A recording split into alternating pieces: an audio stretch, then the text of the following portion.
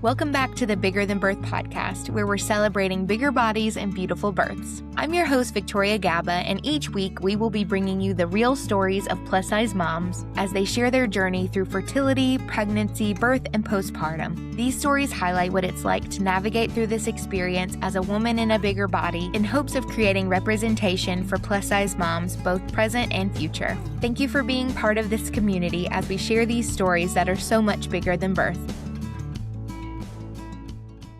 Hi everyone, welcome to today's show. Today we're joined by Margie as she shares her journey into motherhood, a story packed with rapid life changes and unexpected medical twists. Just 3 months after getting married and less than 2 years after undergoing gastric sleeve surgery, Margie excitedly found out that she was expecting. Because of her surgical history, she was slapped immediately with a high-risk label and had to navigate early gestational diabetes tracking, a severe bout of pneumonia, and a rare umbilical vein dilation. When Margie finally made it to her 39-week induction, things quickly took a turn. After a sudden blood pressure spike and fetal heart rate drop, Margie was rushed into a fast-paced emergency C-section. Margie joins us today to break down the stigma of plus-size pregnancy, the reality of her recovery, and the chaotic, beautiful moment that she was finally able to hear her baby boy cry. Let's jump into Margie's story. Hey, Margie, thank you so much for being on the podcast today. We are super excited to hear your story, but before we jump in, why don't you tell us a little bit about yourself, your family, and where y'all are from? All right, so I'm Margie. I am 34. I'm originally from Alabama, but I had my little guy, Harrison, who's now 22 months. He's a crackhead, um, in California, and that's where I met my husband, who's not from California either.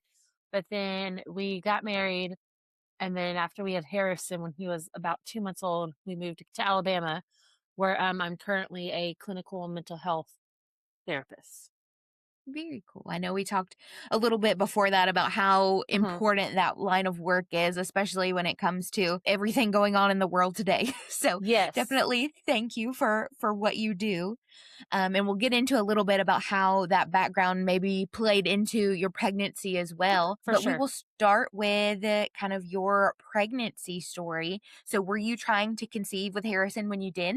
So yes and no. So me and my husband did the very quick back kind of journey. I met him in July of 22, engaged in December 22, married end of June 23, and then found out I was pregnant in the beginning of September 23. 99.9% sure he was conceived the day of a Beyonce concert. Gonna be completely honest. And we are trying to figure out my cycle because I had been on Naplexon, and then because I get really bad migraines, well, then got off of that, got put on the birth control patch. But they were like, we don't know what's happening. So we kind of weren't trying, but weren't preventing because we were in a way experimenting / trying to figure out what my cycle was because we didn't know. So had you stopped using that patch to try to kind of regulate your cycle? Yeah, I stopped using that and because I had gastric sleeve surgery in April of 2022 because I was around 460 when I had that and then got down to about 320. And so also with that and then me on the Plexon and the other birth control, it's where am I actually at? So that just kind of played into things as well. Got it. And so once you came off of that and after your weight loss, did your cycle kind of regulate or it was still pretty irregular? It had been regular, but for the most part, I got on Naplexon in the beginning because I got really bad migraines at the beginning of my periods. So the Naplexon just took it out. Birth control took them out, which was great. Yeah. So I suffered a couple times before I got pregnant with Harrison, in August, kind of at the end of July in August, because I had bad migraines, but we were trying to figure things out. And then Harrison was like, sup. Surprised. Yes.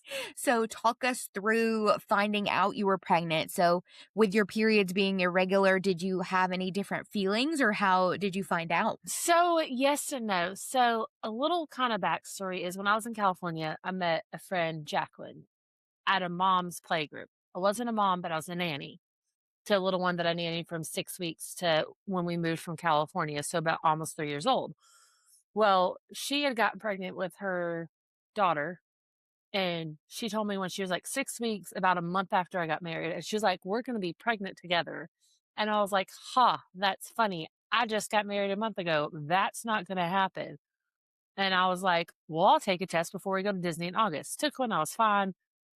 And then towards the end of August, beginning of September, I was like, "Let me just test one." I was like, it kind of felt funny. I was like, my nipples looked a little big, not gonna lie. And I was like, let's just test. And I was like, I think I see a shadow, but I don't see a shadow. And I was like 8 days post ovulation, so like pretty early. And that was on a Friday. And I was like, I won't test till Sunday, 10 days. Well, then the next day we were taking some stuff to the dump, and I was like, this just reeks more than you would think it would reek. And I was like, no, I'm just gonna test this afternoon. That bad boy popped up like the 4th of July. Like 9 days post op, like the digital red, the strip red, the other one red. Like I took 4 and I went to my husband. I was like, hello. Surprise, here you Yes. go. Yes. That's awesome. So, with y'all, again, not preventing, but not Mhm. trying, was the reaction like super shocked or were you just super excited? Yes and no, because it was like we were shocked, but also like, okay, like, am I that fertile? And that sounds bad because when I was always growing up with being plus size, I thought I'm not going to be able to have a kid. People always assumed I had PCOS because, I had the hair on my chin, or people assumed that I had a thyroid issue and because I was obese and all this other stuff that I could never have a kid. And I kind of thought to myself too, because that's often the stigma is if you're plus size, you can't have a baby or like you're going to have a hard time getting pregnant. So, like I like had some of those misconceptions. So like we were surprised because we're like, we didn't realize that that would kind of occur that quickly. And like we weren't preventing, but at the same time, it's like, okay, let's also like, I was tracking my cycles because we were trying to figure out too what was happening. And I'll be like, hey, Mark, we about to get at it, but I'm ovulating. So like we knew, but it wasn't like we were, we're like, if it happens, it happens. And Right. honestly, like we think about like, we've talked about it. Like it wasn't preferable when it happened because we had been together right over a year, had only been married like 3 months, and then she got pregnant. Yeah, like you said, it was back to back big life events. So, once you found out you were pregnancy, I know you said smells kind of crept up on you. Were you having any other symptoms early on in pregnancy? I threw up a lot.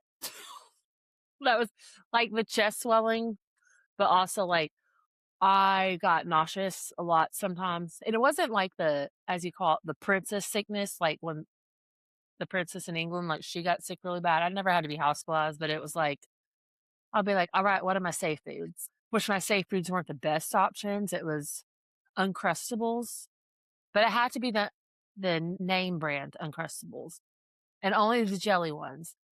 And then it was cheese, but it had to be the Tillamook cheese squares, not the block that you cut into slices, but the Very specific little specific the cheese. individualized cheese ones. Yeah. Yep. Those are my safe foods. That's so funny. I mean, I've heard worse. So, My safe foods are I knew if I had been sick that day, like I could eat them and be fine. But then also I had a nutritionist still with the gastric sleeve, and she was like, well, you should eat some of that. And I'm like, homegirl, I'm not throwing this up. I'm gonna eat it. And then I stopped seeing her because I gained like I think 10 or so pounds within I think 3 or 4 months. I don't know.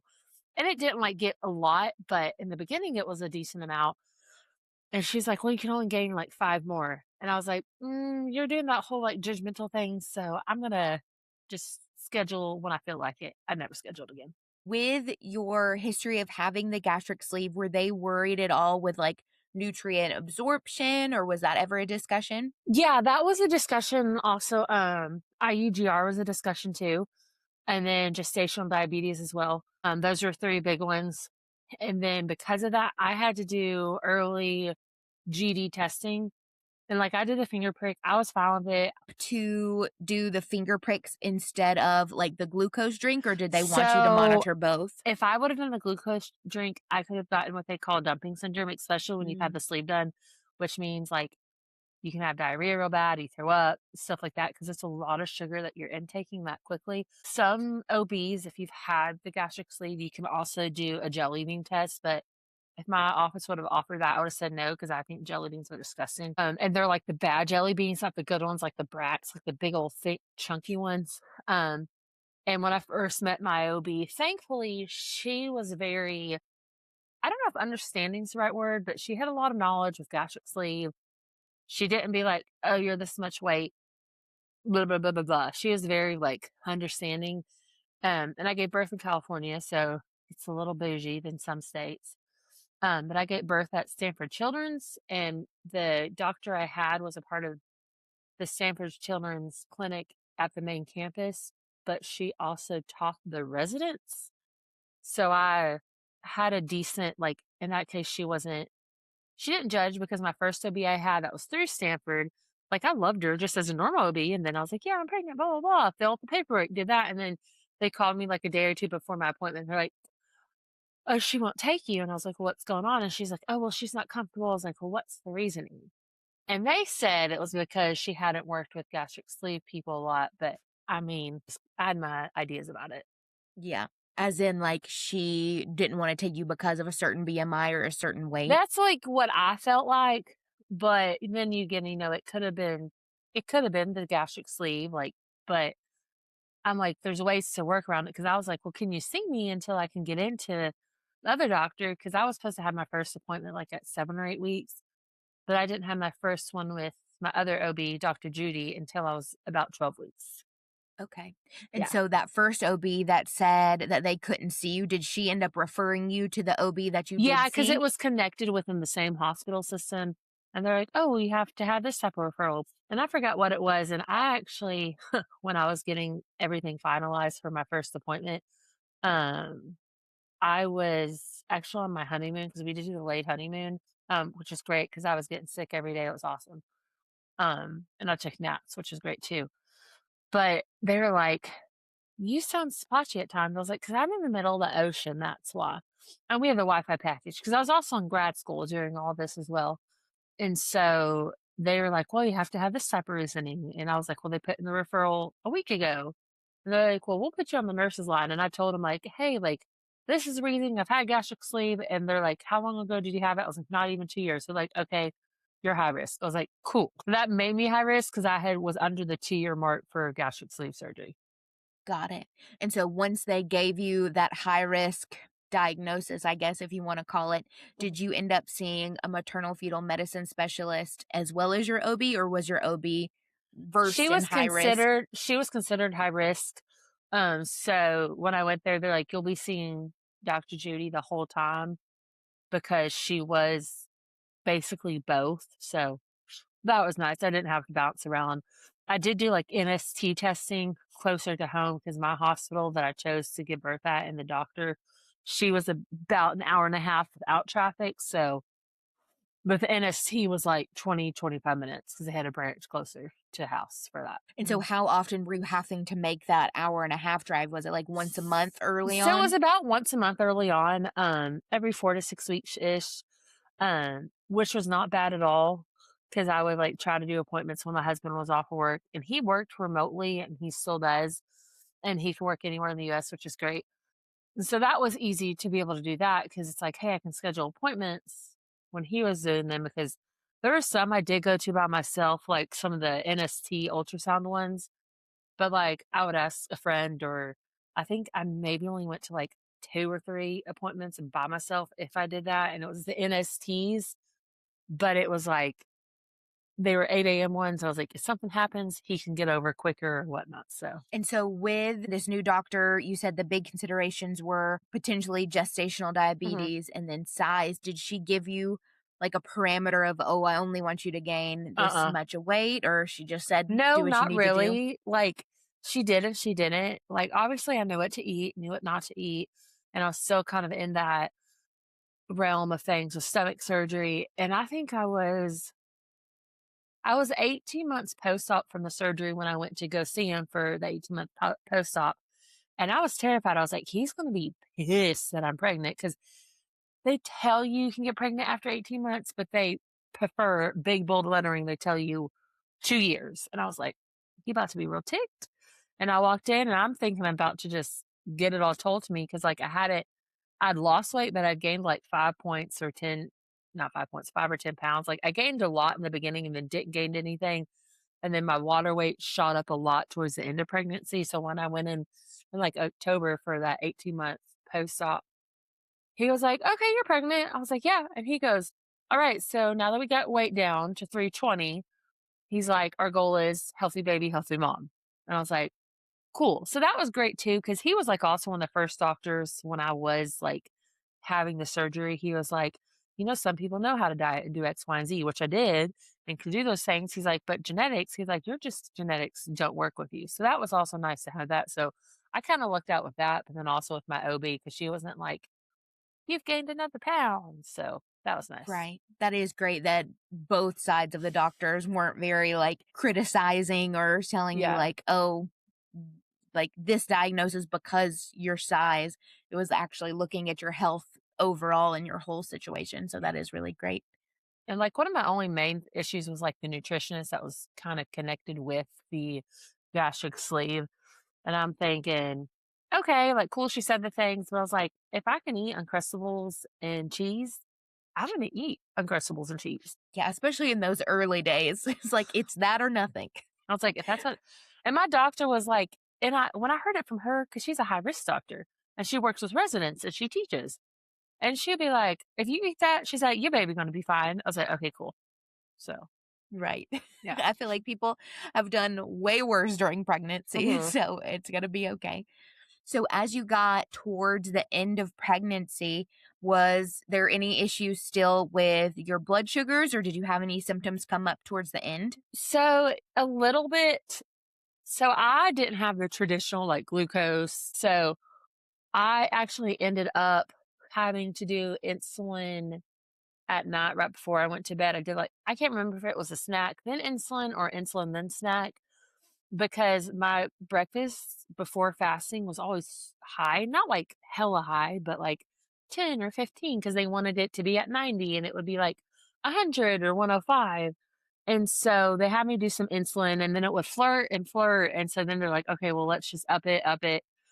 And so, like, that was fine, but then at the same time, it was like, "Are you a true gestational diabetes patient? Because we can't have you do the true drink because you have this." I could have done it, and I've known people that have had the surgery that have done it. Some get sick, some don't, and I was like, "I ain't even chancing it." And that was another thing when I, like, met this OB, I told my husband, I said, "If she says, 'Oh, you're gonna have to do the drink,' I'm gonna be like, 'Nope, I'm out. I'm gonna find a different one.'" Which thankfully she was like when I told her that, she goes, "Oh, no." She's like, "Any patients that I've had that have had gastric sleeve or anything like that," she's like, "I don't let them." I was like, "Cool."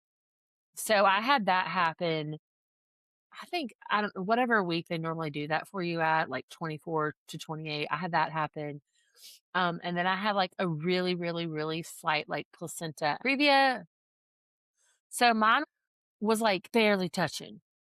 So, like, it wasn't major, but because of that, because I had to do not NSTs, but like ultrasounds, growth scans, I started having those like once a month in January when I was 20 weeks. So I had one at like 20, one at 24, one at 28. And I actually had my first growth scan when I was like 12 weeks, but that was mainly because I had gastric sleeve and they wanted to make sure with gastric sleeve babies, sometimes you're at greater risk for the infant uterine growth restrictions. So they Mhm. had me doing that. And then at one point, like it moved far enough away they were comfortable with. And they're like, you don't have to come do these anymore. I was like, great. Because as I got bigger, I still had to do vaginal ultrasounds. That was rancid when I was like 30 weeks pregnant, 32 weeks pregnant. It And was so, not were they fun. doing all of your ultrasounds that way? They did them both, but to get some of the like closer pictures and to like especially measure where those two connected Mhm. and how they were, like it was easier to do the vaginal ones. But they did both. Okay. It was just when I was like 30, 32 weeks pregnant, doing a vaginal ultrasound was not fun. Not a fun time. I don't know if it's ever a fun time. And early on, it was okay, but when you're like 30, 32 weeks pregnant, homeboy was having a good old time in there and then shoving that up there. I would be like, the ultrasound tech, I was like, I'm about to pee. And she goes, did you go pee beforehand? I was like, yeah. I was like, but this is making me pee because you got big baby. And Harrison got really chunky really fast. And I was like, because at 30 weeks, I think he was already 5 pounds. And I'm like, or he was like 4 or 5. He was chunky. And I'm like, cool. And my OB was like, hey, like if he gets to a certain point, we're gonna have to have a C-section. because he could be too big, even though those things are projective. Thankfully, he didn't get too big, but that's, another thing. I think one of our other, like, kind of concerns we had is I think it was 28 to 29 weeks. I got pneumonia, which is great, um, which is great, but I couldn't take your normal medicine at first, and then they had to find stuff safe for me, but I just started to feel him move, but I had placenta, not placenta, or wherever you can't feel baby, I assume, whatever that one is, where the An placenta's up. anterior Yeah, placenta? when it's up Mhm. front. So Yep. I just started feeling move. Well, then I was coughing all the time and I couldn't feel him move. So I did had to go to the labor and delivery because they were just checking. And she goes, no wonder you can't feel him because anytime you cough, you're shaking. And if he's moving, you're probably coughing. So we had that. And then I think I was maybe 34 weeks when I don't even know what they call it. It's like super rare, but it was umbilical vein, vertex, vortex. Basically, it's like a teeny, teeny, tiny hole, something somewhere in a lining or something. I don't know, but it needs to be at like 0.10 millimeters or less. I don't know, something weird numbers like that. And mine was like 0.105, something So like right that. over. So, like, right over. And so they still did like scans. So then I had to come every 2 weeks, like up until I gave birth, basically, which wasn't bad. And it was highlighted on their little machine just because I was borderline, but even the doctor who reviewed all the ultrasounds there, she's like, "It's nothing to freak out about, but we're still gonna watch it even though there's nothing to freak out about." Because like, Yeah. one angle would measure 10, 10, 5, and the other one would measure 9. And did they ever say, like, what the risk was if it did get above that threshold? It could potentially cause breathing issues for the baby and stuff of that sort. It's like, if it gets too big, it would, like, cause potential complications, and it's one of those things where I had to do the ultrasounds often because it's not like other conditions that you can tell from the outside, if that makes sense. Mhm. It's not super common at all. So, like, I don't even remember what the chance of having it is. And normally they find it when they do find it at first, it will be like 24, 26 weeks. Mhm. But they didn't even see it because it wasn't even that big until like 34 weeks. And so they just kept an eye on it. Just to make sure. Yeah. With them keeping an eye on that and keeping an eye on your blood sugars, was there any talk of, hey, we need to birth this certain type of way, or were they happy for you to continue to try to go into labor spontaneously? Um, they were kind of set with either or. I prepared my brain for a C-section. The only reason why is because he did get to a certain size. I was like, okay, like, he's already this big. So at this appointment, I'd kind of just prepared my brain. I was like, all right, she's going to tell me like at 36 weeks that I'm going to have a C-section. So I was like, okay, fine. And then I was prepared for that. And I was like, cool, because then I can have him at 38 weeks instead of 39. Side note, my nephew really wanted me to have him on his birthday. So I was like, okay, cool. Like, that'll be fine. I was like, we can do it this day. I was like, I know she's in the hospital. My doctor was. I was like, perfect. Well, then we get to the appointment and I'm like dead set, which you would think, why would you be dead set on this? But I was like, this is when I'm having the baby. I'm going to have a C section. She goes, oh, well, his weight at this was this. So you don't have to have one. I was like, well, damn. And my husband was like, why are you sad? I was like, because I meant to prepare myself. I had my date on a calendar. We were ready to Yes. go. So that was the case. And then she said, the soonest they could do an induction for me, and with people that had gastric sleeve, so most of the time they don't like for them to go past 40 because, there's some greater risk for mom, greater risk for baby. So she's like, we can induce at 39 weeks. That's for Stanford, the particular hospital I was at. That's the earliest they would do a volunteer induction, Mhm. but didn't have a medical issue. But I was like, well, I may have this and this. So does that count? It didn't count. Because I like most pregnant people, you get miserable towards the end. So did they end up booking in that induction at 39 weeks? They did. So they booked it in, which was great. But my doctor didn't think I was going to make it to that because I think I was 37 and a half weeks. And I went to, my weekly appointment. They're always on Mondays. And I was like, yeah, I wasn't feeling good yesterday. I was like, my system was clearing out. Like, I didn't puke, but, going to the bathroom all the time, diarrhea, blah, blah, blah. And she goes, oh, that's a sign of labor, potentially, because your body clears out. And she's like, I highly think you'll make it to your appointment next week at 38 weeks. I was like, cool. And I was like, well, I was like, can we do a membrane sweep? She's like, not yet. Cause she had to wait till 38 weeks or whatever. My next appointment, I'll be like 38 and a half. And I was like, well, how can I get this ball rolling? And she's like, the three S's: steps, spicy food, and sex. And I was like, well, sex is off the table because I hated my husband when I was pregnant, not gonna lie. At one point in time, like he came to sit down with me after work and just watch a show. A series we watched. And I looked at him and I was like, why are you breathing? I need you to leave. So I looked at her, I was like, we know that was not happening. I was like, but spicy food and steps, like I'm down for. But The then she two saw me. S's. Yeah. But then she saw me next week. So you proved her wrong. You came to that following week. Were you dilated at all at that point, or you had just started feeling? At the next one, the 38-week one or 38 week and a half, I was, I think, either 1 or 1.5, and I was 50% effaced. And she did a membrane sweep, and when she did the membrane sweep, I mean, I didn't feel it because she did something. I was like, "Are you gonna do it?" She's like, "I already did it." I was like, "Okay, cool." So you made it to that following appointment. She's like, okay, well, you might go into labor. If not, did they at that point decide to do an induction, or you were like, we're just going to ride this thing out? Yeah, so they had one scheduled because my husband's parents, who live in Washington State, were flying down to California. So we're like, okay, this is like kind of when we're potentially like gonna have him, and so they had one scheduled for the day I turned 39 weeks. So you make it to the induction day. Talk us through that process and how that started for you. So the hospital I'm at is a children's hospital, but it was also like, I mean, super prominent and just kind of like busy. And so like Thursday I called and they told me to call and they're like, okay, we'll call back in a few hours because we're too busy. And I was like, okay, cool. Called back and they're like, don't know. So call back again. And I was just like mentally prepared. I was upset because I was like, can we just go ahead and get this started? But of course, like Thursday night, I was a mess. I was like, told my husband, I was like, I'm just going to drive an hour and a half back home. He's like, no, you're not. I was like, you can stay here with your parents. I'm going to drive home. And then he took me out to eat, got me a Build-A-Bear, and we were all good. I hadn't felt good that week because of potentially having gestational diabetes. Two, I was still having to do insulin, but that week, like it would take me all day to get back up to a normal number. So they were like, okay, cut your insulin by 5. So I did that on Monday night. Still woke up at middle of the night not feeling good. And it was like almost hypoglycemic. So cut it down 5. It kept taking me all day to get back to normal. And so I was feeling miserable on top of that, with also knowing like, hey, I'm, wanting to have a baby. And so it got pushed to Friday. And finally, my husband was like, "Hey, why don't you call?" So I called my doctor's office, and they're like, "Try to speak to the nurse." I did, and they're like, "Well, we'll get your nutritionist that was associated with the OB office to talk with you." She talked to me, and I told her what's happening. So she's like, "Hey, instead of taking 32, it was 32 ml of insulin, whatever it was." She's like, "Cut it down to 16." I was like, "Cool."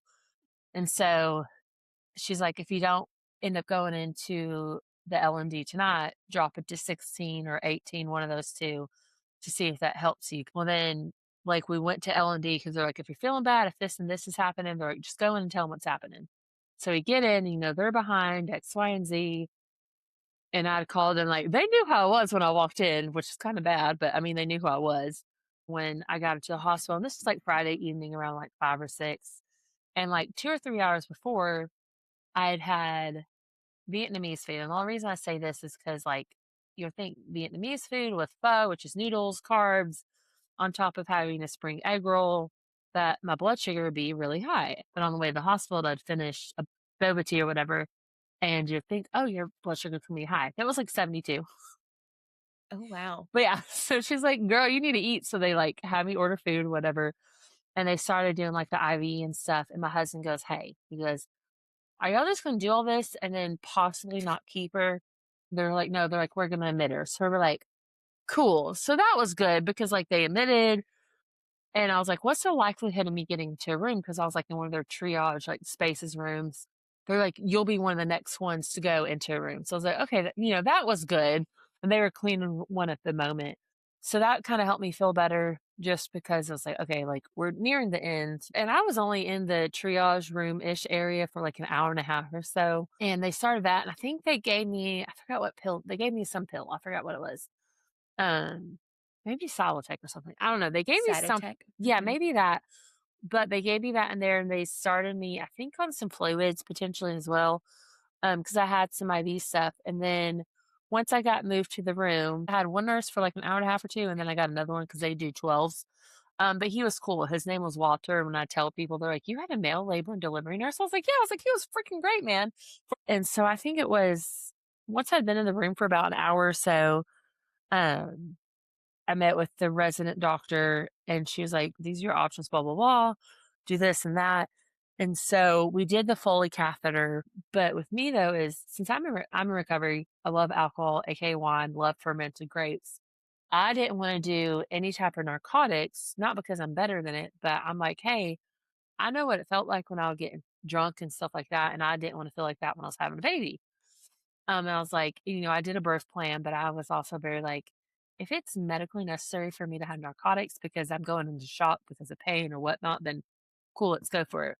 Well, when you do the Foley catheter, Foley balloon, normally they give you fentanyl, 'cause it's really painful. I didn't. That's what we discovered. I had a really high pain tolerance because they inserted it, and they're like, "You'll keep it in for, like, 12-ish hours till, like, 8 or 8:30 in the morning." I was like, "Okay, that'll be great." They're like, "And we'll get you to a 2 to 3." Well, at first, I felt fine. Well, then my brain started to catch up that my body was in pain. And I was like, "We can just take it out." I was like, "Just give me fentanyl." And that's what I told the nurse, and Walter was like, "No." I was like, "Just give me the damn fentanyl." And most nurses would have been like, "Okay." But he's like, "No." He's like, "This is what your birth plan says. You're in recovery. I respect that." So that was like one of the benefits. And like, I think I threw up once or twice with it because that's how like my brain responded to the pain. And he brought in the resident or the doctor again, and she was like, "Well, let's take out some of the solution that's in those balloons." And then after that, they're like, "You breathe through this really well." And I was like, "Well," I was like, "I'm a therapist basically, or I will be." So that was beneficial. You're learning to do the breath work. So Yeah, who knew you would apply it to birth? exactly. So with the Foley balloon and them lowering some of the saline in it, did you keep that in until it fell out, or what was Yeah, next in the so induction? that happened around 8:30, 9 p.m. at night, and roughly around the same time they started Pitocin, and they only put it to, like, I think Walter only put it to, like, a 2 or 3, which helped with things, and Harrison was always at an angle in my belly, and so they had a hard time with the monitor at times, and they did a wireless one, which is great, so I could, like, move around if I wanted to, get on the yoga ball, and, like, at one point in time, I told my husband, I was like, "I don't care to go to sleep." I did not sleep for almost 40 something hours. I tried, I just, I couldn't. And so, like, I did some homework for a little bit, and, like, I think around 2 or 3 in the morning, like, he kept slipping off the monitor, and then I was doing something, and I was like, either I peed myself or my water broke, and I didn't want them to break my water just because I didn't want them to unless it was medically necessary. And then the actual OB came in because some of the nurses were on lunch or whatever at 2 or 3 in the morning. She's like, "Oh, little guy came off." And then I was like, "Oh, yeah." I was like, "Either my water broke." It's like, "I think it did, but I could have peed myself." I was like, "I don't know." And she looked and she's like, "Yeah, your water definitely broke." I was like, "Cool." She's like, "But we'll keep the Foley balloon in, cleaned up and everything." And then my nurse got back. He's like, "I hear we had some excitement while I was on lunch." He's like, "That was rude. He didn't wait." I was like, "I'm sorry." And then I, like, got in the shower for, like, an hour or so, just, like, did some contractions, and my husband was like, "I totally missed all that." I was like he's like, "You didn't let me know?" I was like, "No." I was like, "I was just over here vibing." So, that happened, and then the resident decided around 8 a.m., the new one that came on, like, they met me, and she's like, "Hey, I'm gonna see you at 8." And when she came in, she also had a med student with her. She's like, "It's okay to have a student in here." I was like, "I don't care. They gotta learn. If they make a mistake, they gotta learn." But it was her first day on the OB floor. That plays a factor into things. Not the resident, but the med student. And so she checked me. She's like, "Oh, you're actually at like 5 centimeters." And then they took out the Foley balloon, and the anesthesiologist came in. He's like, "I'm sorry, I haven't met with you yet. Normally I meet with y'all when you're like 2 or 3." And I was like, "I didn't know I was 5, almost 6, and I was like 80% at that time." And how were the contractions at that point? Was it just the overall pain from the Foley balloon, or had they been kind of consistent? I kind of like didn't notice the pain anymore at first from the Foley balloon. And, like, my friend who was like my mom, she was there with me and my husband, and she was like, "I don't get what Margie's doing." Because I was like, "Let me talk, let me do this, let me bounce on the yoga ball." Like, I could feel them. They weren't painful till I was about 6-ish centimeters, and then it was like, okay, then I felt everything. And it was like my body was fine, fine, fine. Cause I think I was on like 16 or 17 of Pitocin when I finally started to feel something else. That was probably like around 2 or 3 in the afternoon. And then I was like, yeah, let's get the epidural. But before that, like around 12 or 1, like I'd felt some, and then I was like, maybe. And then that's when she's like, oh, you're at this. I was like, cool, he's moving down. So we did that, got the epidural, like I said, around like 2 or 3 in the afternoon. But my mother-in-law and father-in-law actually came up to the hospital. My husband, I think this is before, it was before I got the epidural. He's like, hey, I'm going to go get him from the lobby. I was like, cool. Well, I'm sitting there on the yoga ball. My friend had left to go eat lunch because she had gotten there at 9 p.m. the night before with us as well. And I hear a crash out in the hallway. Well, my mother-in-law fell, and it was connected to the adult hospital. Well, she actually ended up breaking her tailbone. It was great. Um, and so my husband was on the motions. I was like, it's okay. I was like, if I have to, I'll just squeeze my legs. But they're actually really great because one of the nurses went over there with him from labor and delivery. Was like, hey, her daughter-in-law is over on the children's side, in labor. And then they were able to come back, and like 2 or 3 hours later, like they kind of sped him through the ER. And that's when I got the epidural. My mother-in-law and them had gotten back, and they were chilling in the room. And I could only have 3 people in there, but my new nurse now, she was like, I only see 3 other people in here. I was like, okay, cool. Cause I could only have 3, but there were 4. Um, I was talking to my mother-in-law, and they had like the blood clef on just to check your blood pressure every so often. And I looked at it. I was like, do you see that? And it was like 180 over 90. And she's like, yeah. Well, then I checked it again, and it was like 175 over, 85 or 90. I had had a low blood pressure all pregnancy, and I have a low blood pressure normally. And during pregnancy, it'd be like 100 over 60. And just to me, that was normal. And there was one time during pregnancy, they sent me to L&D because it was like 130 over 80, which is normal. But for me, it wasn't normal. And so then my nurse came in because I think either I hit the button or something, and it was checking it when she came in again. And I was like, she's like, oh, yeah, your last one's this. I was like, yeah, well, the one before that was 180 over 90. And so I had gotten the epidural, and I told her, I was like, hey, is it normal to like feel contractions with the epidural? She's like, kind of. I was like, no, well, I can feel them. And I was like, is it normal to feel your catheter? And I was like, I can feel myself go and pee. And she goes, no, that's not normal.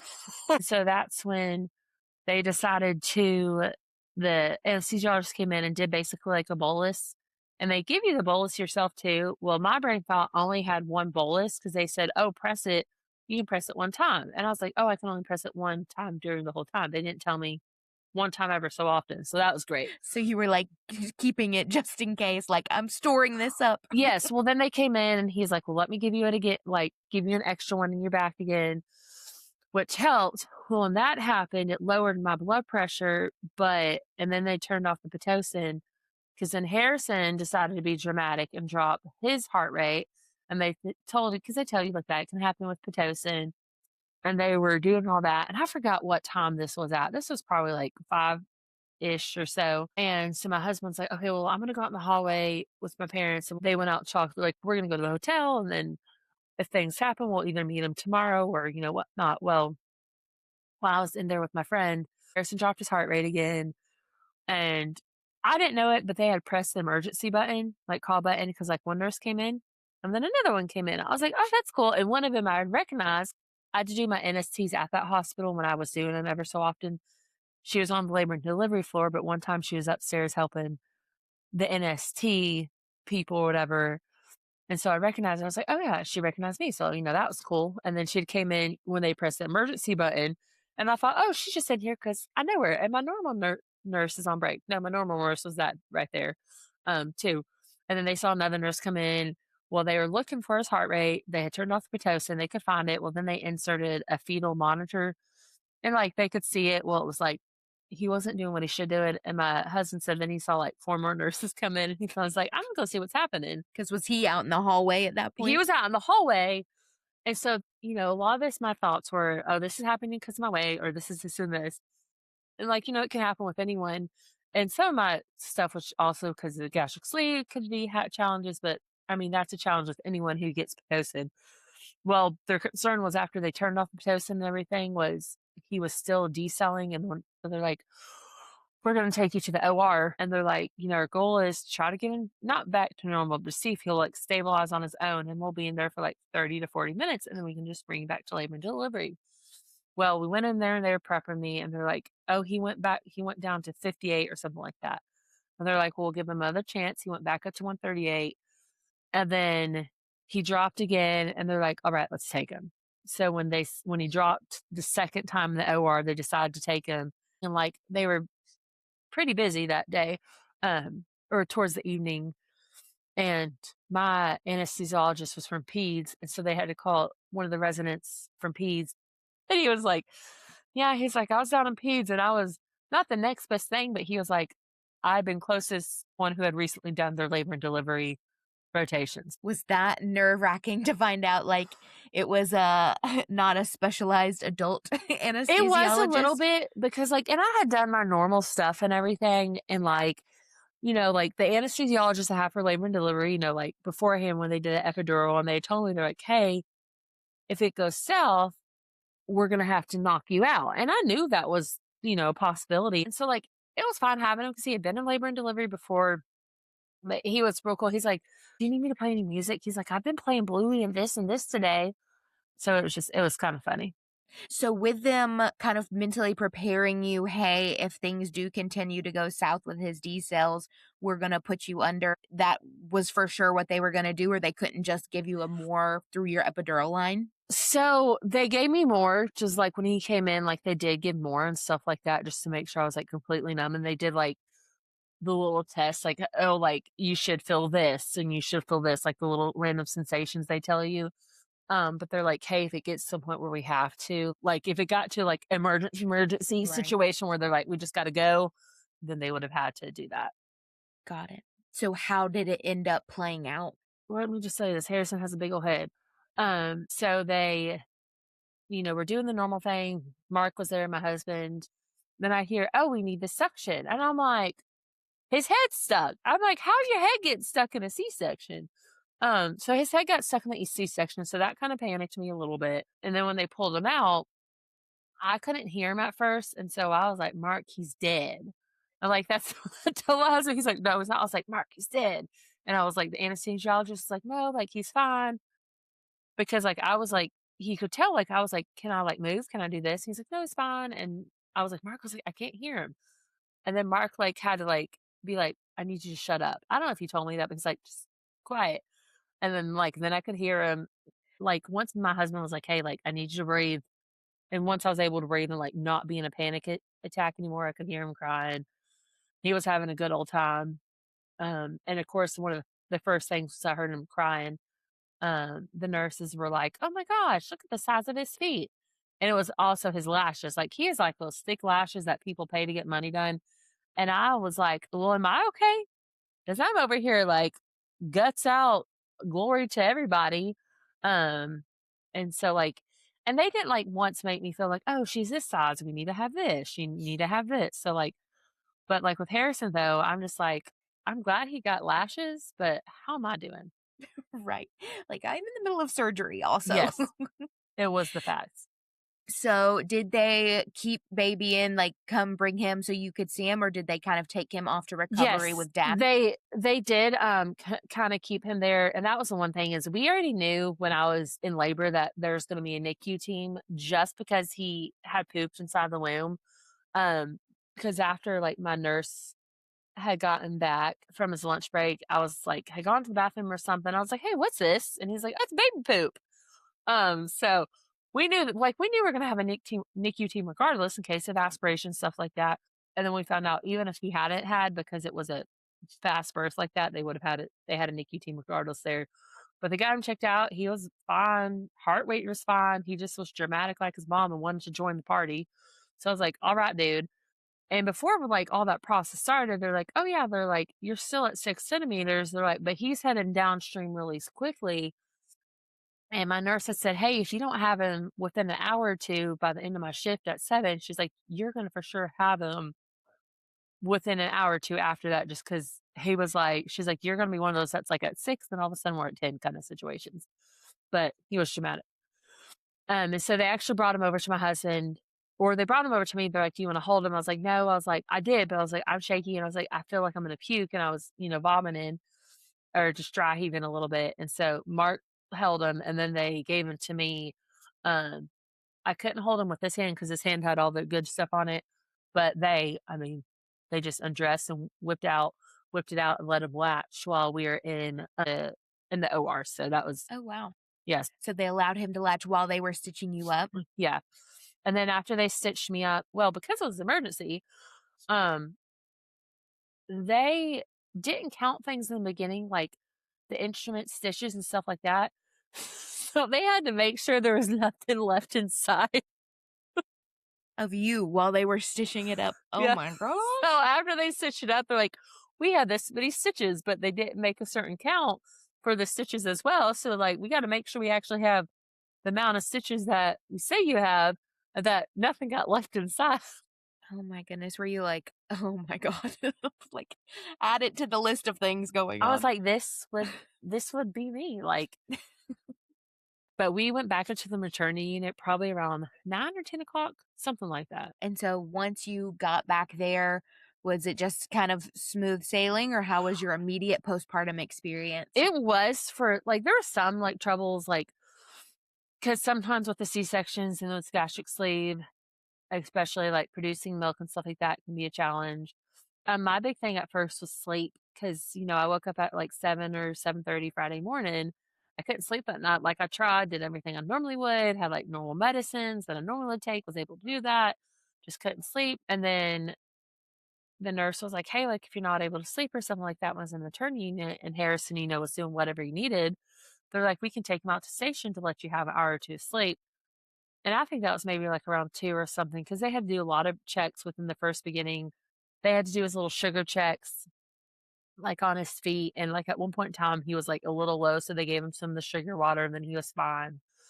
And so after they did that one, they're like, "Oh, we'll be back in at 3." Well, it was, like, I think 2:30 or 2:40, so I was like, "I'm gonna nurse him, and then, then I'll put him down and go to sleep." Well, then I hear this, "Wah!"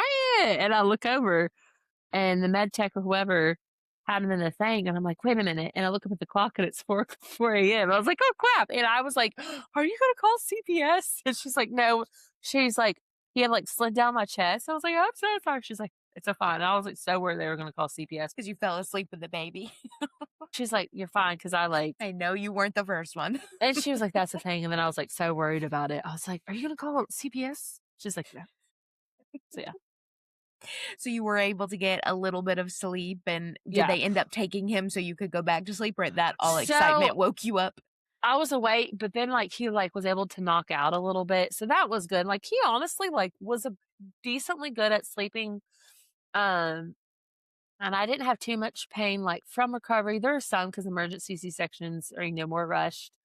Most of my pain from the actual C-section, because I had mentioned earlier I had had pneumonia when I was, like, 28.9 weeks, and, like, our weather had kinda shifted, and so, like, your cough can still linger. Well, my cough decided to kinda pick up, like, a week before labor. So that was rancid because I was, like, really bad coughing, like, I was like, "Well, can I get cough medicine?" They're like, "Well, you gotta put this order in."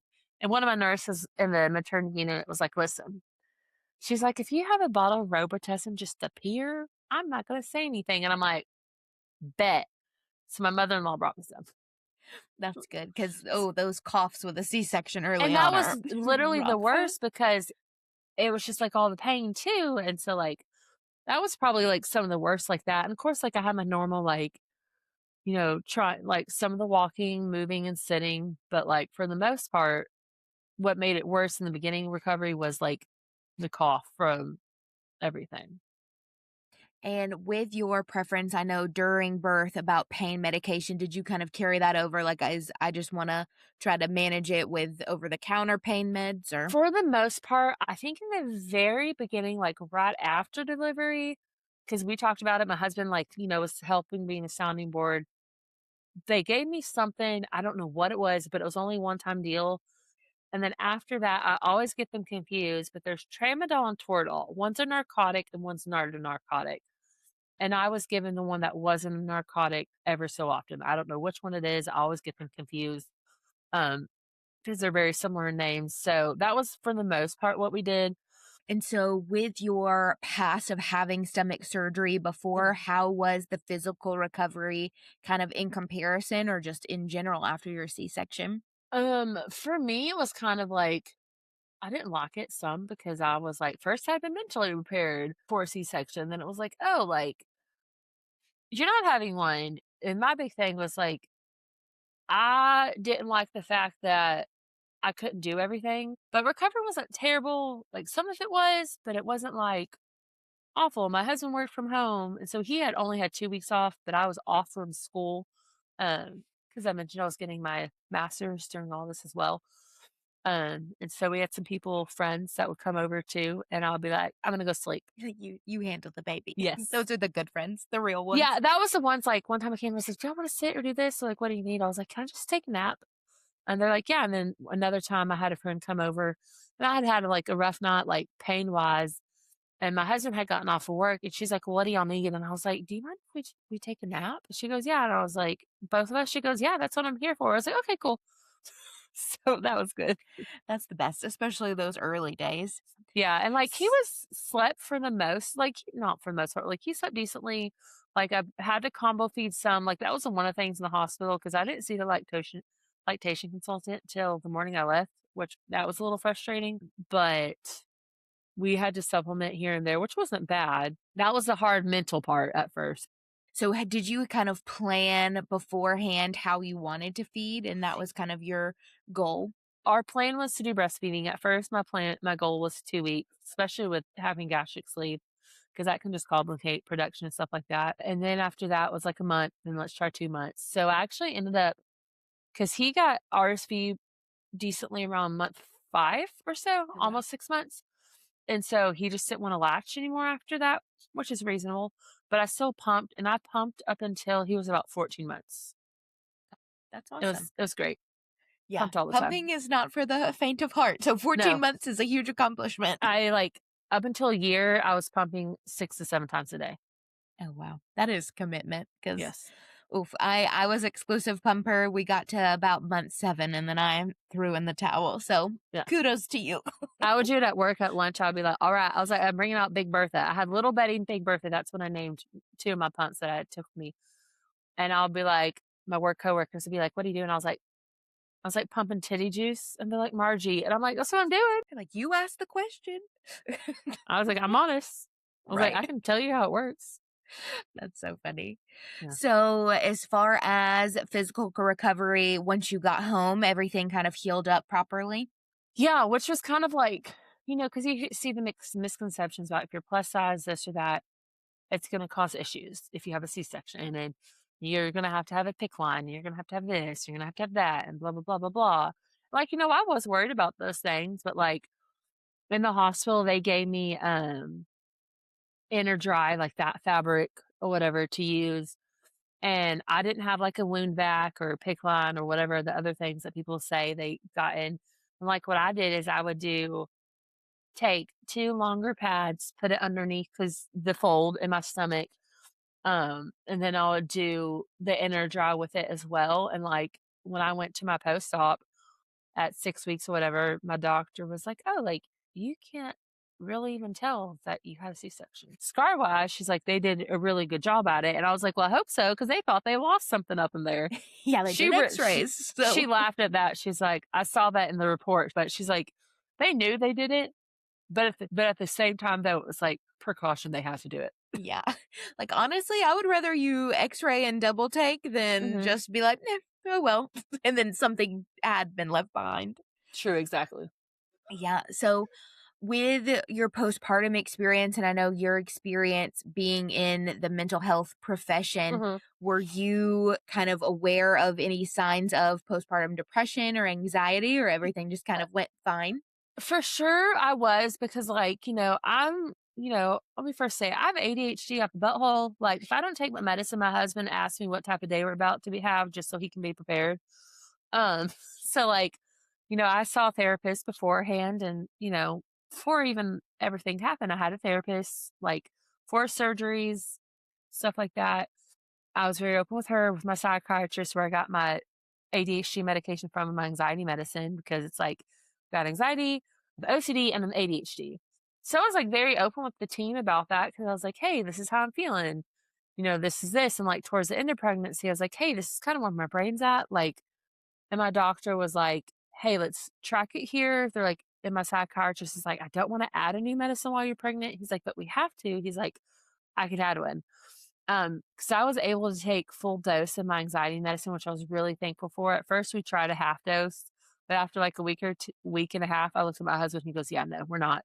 I could only take half of my Adderall throughout pregnancy, which, um, bless my husband's heart for dealing with that a lot. And so, there wasn't any signs of like the postpartum depression. Like, we were mindful of things too. And like, especially with working in the mental health field, I think I was like 4 or 5 months postpartum. And I was like, hey, like, I feel this way. And I kind of like felt like that during pregnancy and a little bit before pregnancy too. Like, hey, I get here. And then it's kind of like I feel towards the end of the day. So it's like, let's add a booster. And so we added a booster and that was fun kind of deal. And it wasn't so much those signs of postpartum depression. And like, I had some moments where I was like, I felt overwhelmed or I was like, I can't do this or I can't do that. So like I would be like, I'm not a good mom because I can't do this. I was like, and I'm too fat. Like, all those things. And I'll be like, I'm gonna smother him with my boobs because they're too big. And I was like, no, like that's just how things go. Yep, for sure. Well, awesome, Margie. I really appreciate you Yeah. sharing kind of your full journey and experience. I know women that have gone through weight loss surgery kind of looking for these stories of successful pregnancies and successful delivery. So I really appreciate you being open Mhm. about that. Was there anything as far as research or resources that you used through pregnancy or postpartum that you wanted to share? So I think my main ones, like, of course, the Facebook groups. Like, one of them was a pregnancy after gastric sleeve, which is huge. And obviously, like, finding people like the plus size pregnancy group where, like, you had commented. But, like, those are some of the ones. And also, it's like, hey, like, what are other normal resources that I can use that are for normal people? It's like, how do I just make it my own? So, Yep. like, for stomach bands and things of that sort, it's like, I'm going to take what this person said, but do double and things of that sort. Awesome. Yeah. Well, again, I really appreciate you sharing your story. And like you said, if y'all do this all over again, then hopefully we'll have another story down the I'll line. I'll holler at you. But in the meantime, we'll let you go get to your little guy and his little tantrum. Thank you. I appreciate it. Thanks, Margie. Thank you so much for spending part of your day with us. If you enjoyed this episode and want more stories just like this one, please be sure to like and follow us wherever you listen to podcasts. Also, if you have a moment, please consider leaving us a positive review wherever you're listening to this show. These reviews are the best way for the algorithm to push out our show and get us in front of other plus-size moms who may be looking for a community like this one. Your kind words can help make sure that no one has to go through this journey alone. If you are a fellow plus-size mom and would be interested in sharing your story, please reach out to us at biggerthanbirthpodcast@gmail.com. Use the subject line, "Share My Story," and I will be sure to get back to you as soon as possible. Want to put a face to a voice? Head over to any of our social media pages linked in the show notes below to see more photos of today's guest. Any resources or topics discussed in today's episodes will also be linked below. Thanks again for being a part of the Bigger Than Birth community, and we will see you next week. Bye!